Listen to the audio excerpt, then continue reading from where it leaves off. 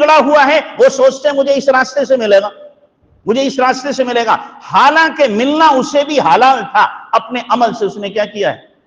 حرام کیا ہے۔ حضرت علی رضی اللہ تعالیٰ عنہ ایک مرتبہ آ رہے تھے، ایک مرتبہ آئے، اونٹ پہ سوار تھے، نیچے اترے، ایک بندہ کھڑا ہوا تھا، حضرت علی نے اس کو اونٹ کی لگام پکڑا دی، گھر کے اندر گئے، جب باہر آئے تو دیکھا اس نے اونٹ کے اوپر جو پالان ہوتا ہے اسے اٹھا کے لے کے بھاگ گیا اور جا کر کے بازار میں بیچ دیا۔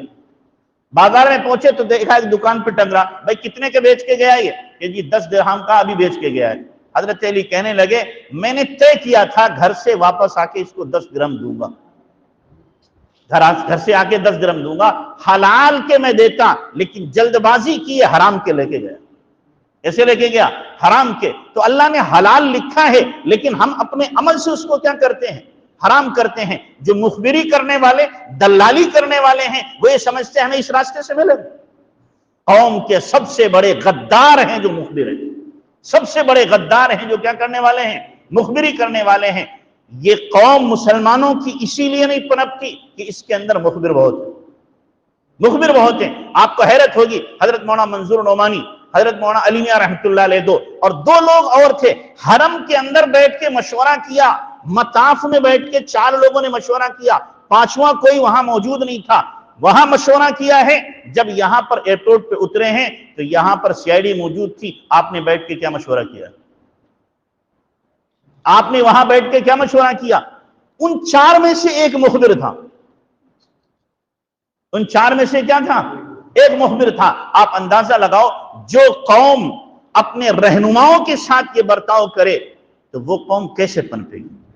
یہ حالات جو آ رہے ہیں اسے نہیں آ رہے ہیں، اپنے بھائی کی گردن کاٹنے پر تلے ہوئے ہیں، اپنے بھائی کو نیچا دکھانے پہ تلے ہوئے ہیں، مسلمان کو رسوا کرنے پہ تلے ہوئے ہیں۔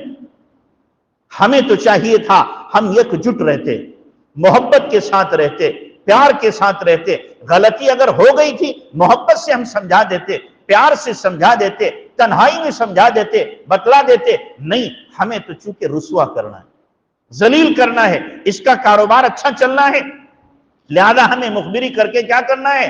کوئی ایسا اس کے کانٹا لگا دینا ہے کہ بس اس کا دماغ بھی خراب ہو اور ساتھ ساتھ میں کچہری کے چکر لگاتا رہے، پھنس جائے اور اس کا کاروبار ڈاؤن ہو جائے۔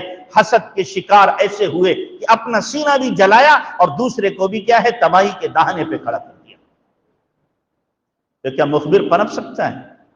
دلال پنپ سکتا ہے؟ کوئی جو پولیس کی دلالی کر رہا ہو، مخبری کر رہا ہو، وہ پنپے گا؟ اس کی موت ذلت کی موت ہوتی ہے، یاد رکھنا۔ یہی پولیس والے اسے داؤں پہ لگا دیتے ہیں، پولیس والے ہی داؤں پہ لگاتے ہیں، نامعلوم کہاں پھنسا دے جا کر کے۔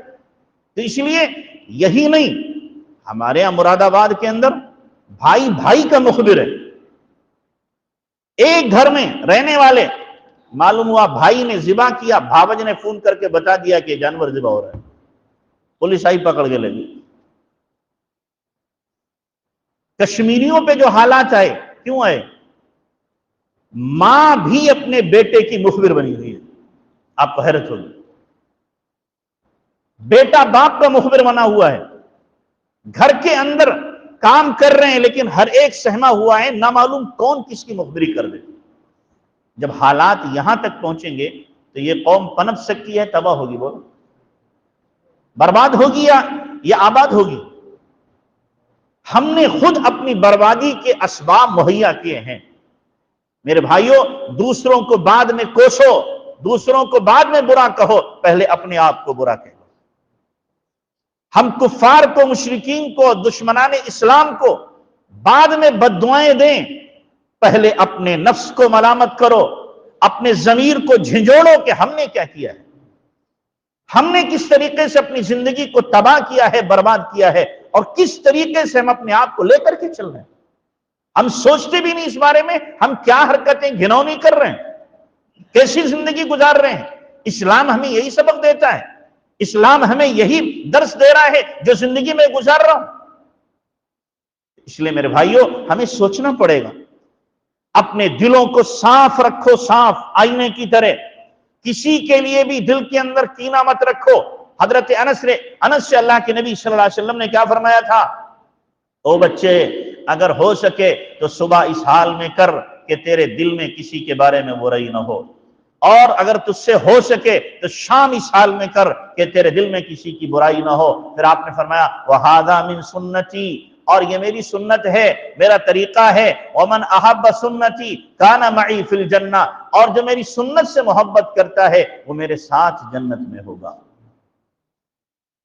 ذرا اپنے دلوں کو تو جھانک کے دیکھو، اپنے سینوں کو جھانک کے دیکھو، گریبان میں ہم ذرا اپنا منہ ڈال کے دیکھیں کہ ہمارے دل کتنے صاف ہیں۔ سگے بھائیوں کے لیے بھی ہمارے دلوں میں جگہ نہیں رہتی، سگے بھائیوں کے لیے